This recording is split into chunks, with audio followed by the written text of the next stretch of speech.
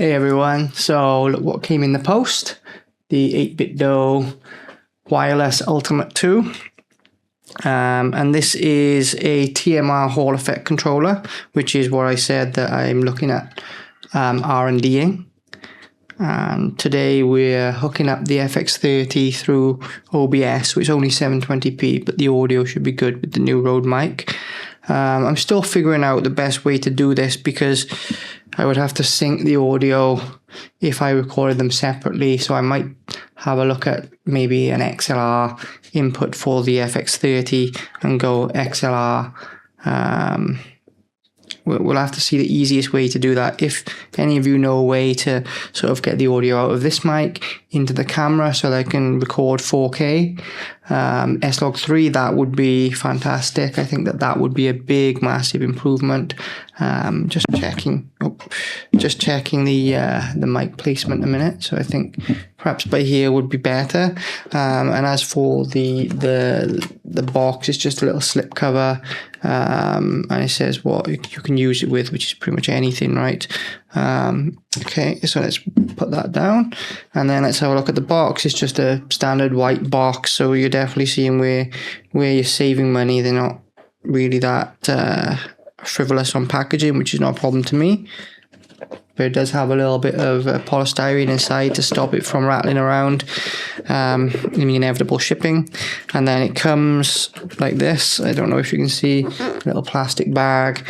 And you've got the controller at the top and the dock at the bottom. So let's have a little look at the dock first. So the dock is pretty hefty. So there we are. So the dock is pretty hefty, textured. And inside the dock is the dongle. So we've got the dongle there, a little warning saying not to eat it, and then yeah, so you've got the retro roots with the little brick dongle, and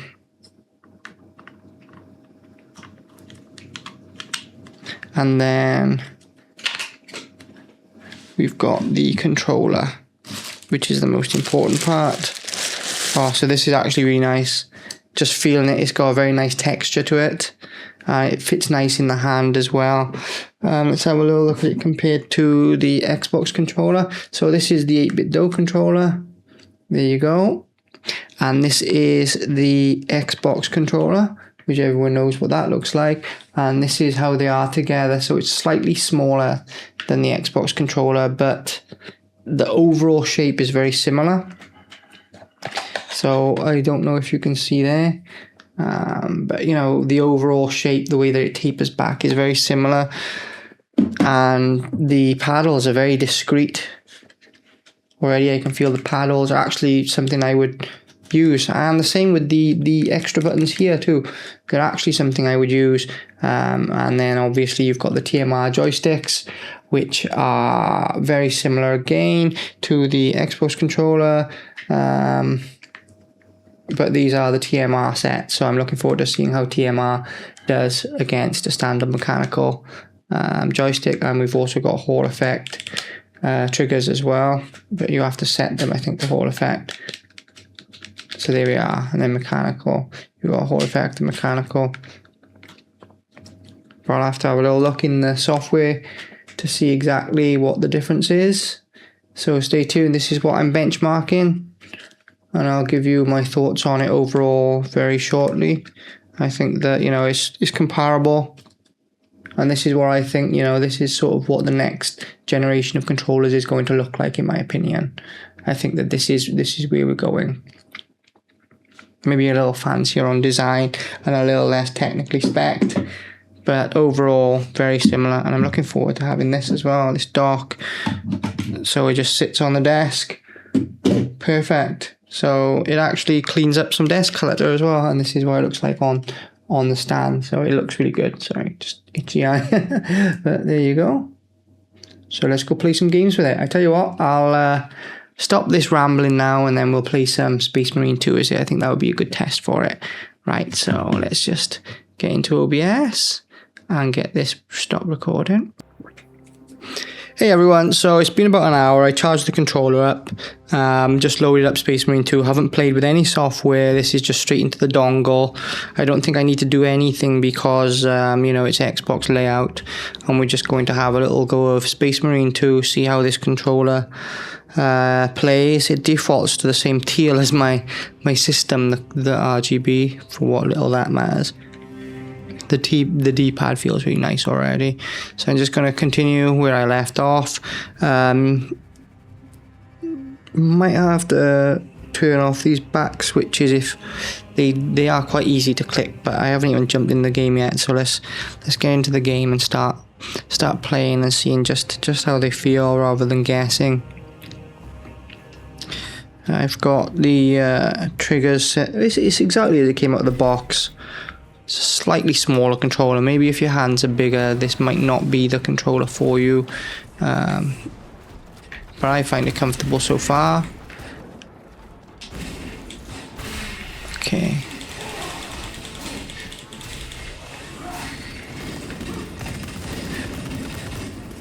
So that is a very nice trigger feel so far. It feels a lot less resistance, which obviously it should be. There's nothing resisting the... I mean, is it night and day? No, but it's definitely a step towards that direction of mouse. Yeah, feels nice. Let's go for the pistol. So yeah, I mean, it pairs perfectly well with high refresh. Very snappy. Might take a little while to get used to it because I'm jumping a little more than I thought I would. But I'm guessing I could change that if I want it to be a bit more granular. But I'm presuming it's just one of those things where I would get used to it because every controller is a little bit different, right? Oh, Y. I'm pressing A and it's Y. I'm an idiot. Okay, let's keep going. In terms of Space Marine 2, it's one of my benchmark games. I think it's fantastic. It looks brilliant. It plays brilliant. Taxes the CPU as well as the GPU. It's one of the perfect games to test anything out, especially a controller, I think. Okay, so where are we going up there? Let's just slam down. Oh, that's very nice. There's definitely, it's audible, this controller. What do these PLs do? Nothing that I know of. I'm guessing I can go into the controls and change those if I did want them to do something. Same for these, doesn't really do anything. I mean, I think I would probably use this for like a grenade, so that I wouldn't have to take my finger off of anything, off of a stick or off of a trigger. Shall we have a little look to see if I can actually do that? So controls,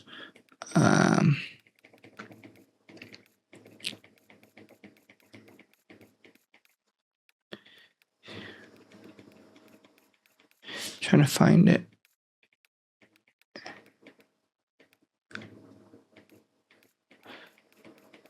I think it's in here somewhere.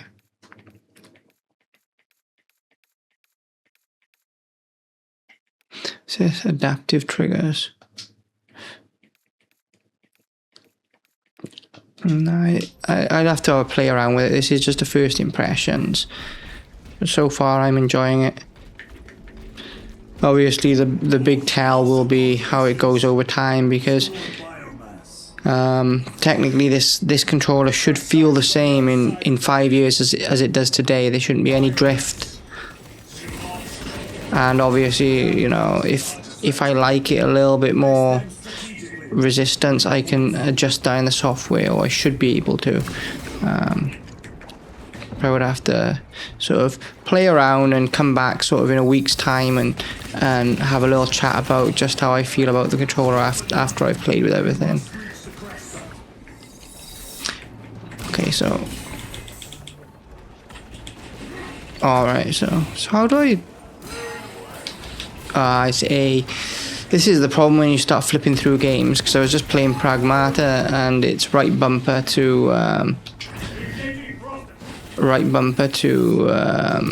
what's the word? Dodge, right? Okay.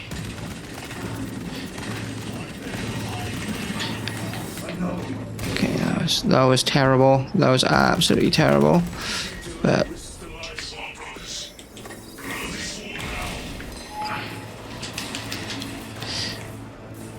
as you might be able to hear, but I'm clicking those back triggers quite a lot. I would probably have to disable those, I think.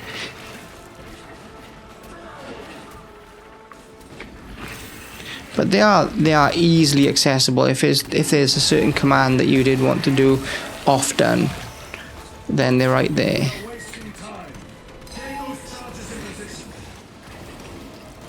God, I'm really not doing well on this game today. It's the controller. The controller makes you worse at Space Marine 2. No, it's not the controller at all.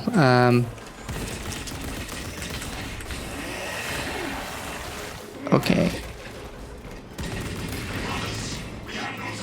Autobot rifle. Do they have like a sniper style one?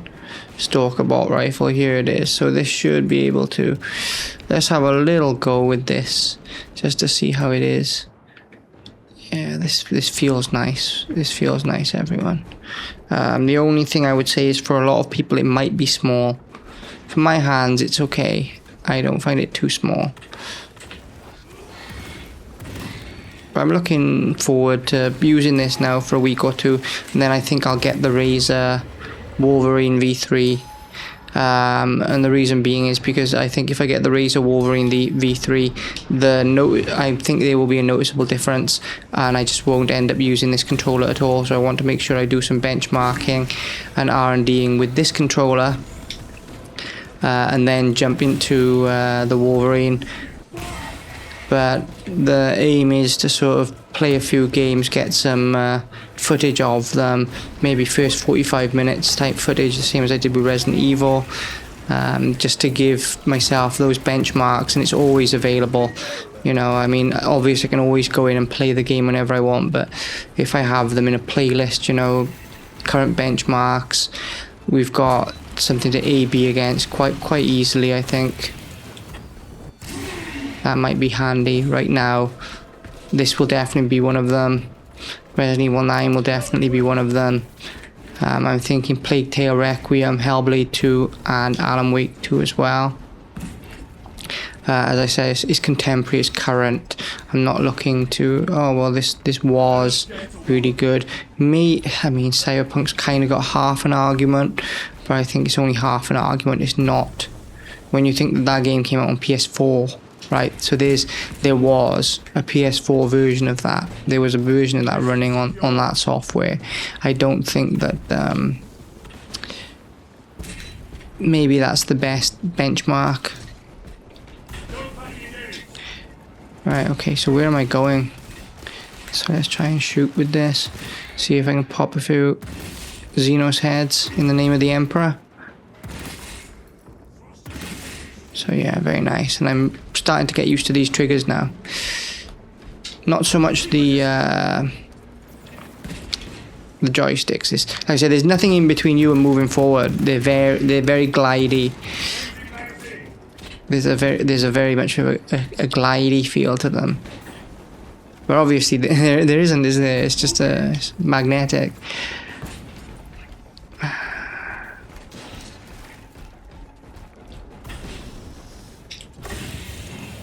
Where am I going? Okay, gonna have to sort of go up in sections. Okay.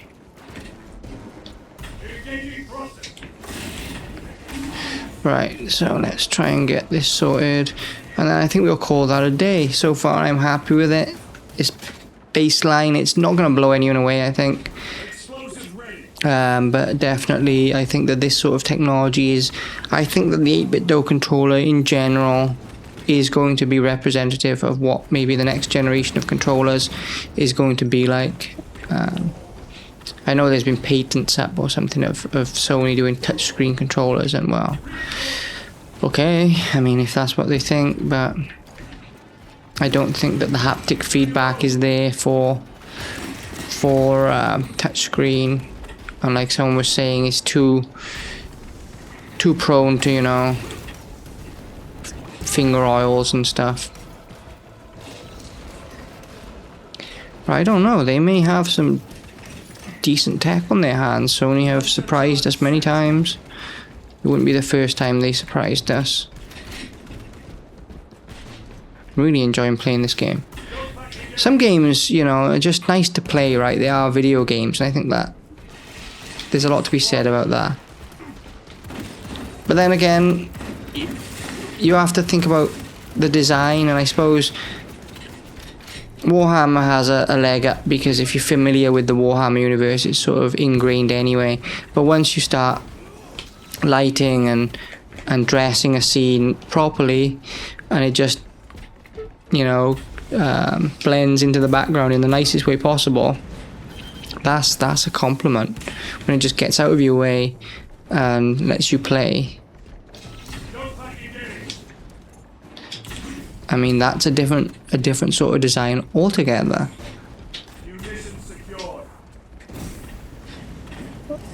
Look at that. Look at the way that the flaps just. I'm just staring at the jetpack here, but look, that's fantastic. Look at that. That is some really nice work. Okay, so let's call it a day then. We've unboxed the 8BitDo. Impressions have been good to start with, not amazing. It hasn't blown me away. I think that the overall package of it, like I said, coming with the dock, with the, I mean, some people will respect the RGB. It's not really my thing. The overall feel, I think the size is adequate for most people. It might be small for a lot of adult men. But you know, I'm not the tallest, I'm not the biggest guy, so an Asian person like me, absolutely fine. If you're a hulking behemoth of a man, then maybe you'll have a little bit of trouble with this, and you'd probably still miss the Xbox Duke controller, right? But it's okay. I think that perhaps for this controller, it isn't really pushing boundaries. We're going to hopefully see the benefits of TMR in the longevity of the controller, and over the next week I'll be playing with customizing all the different buttons, and also you know, just getting it to my liking, playing with the software, and I'll report back on that. I don't think it's worth doing a first impressions on me sliding sliders around on the software, but I have enjoyed it. I think that for the price that it's around the same price as, you know, an Xbox standard controller. You're getting a lot more for your money. You know that you're not going to get stick drift with the TMR. You've got customizable features. It basically works with everything, either Bluetooth or with the dongle.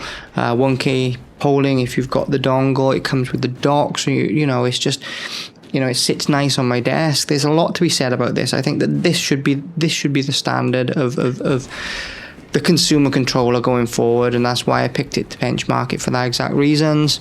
Looking forward to using it on all the games I mentioned, and then we'll jump into the Wolverine Pro in a few weeks, if not a month. So, as we always say on this channel, this is Banshee Interactive.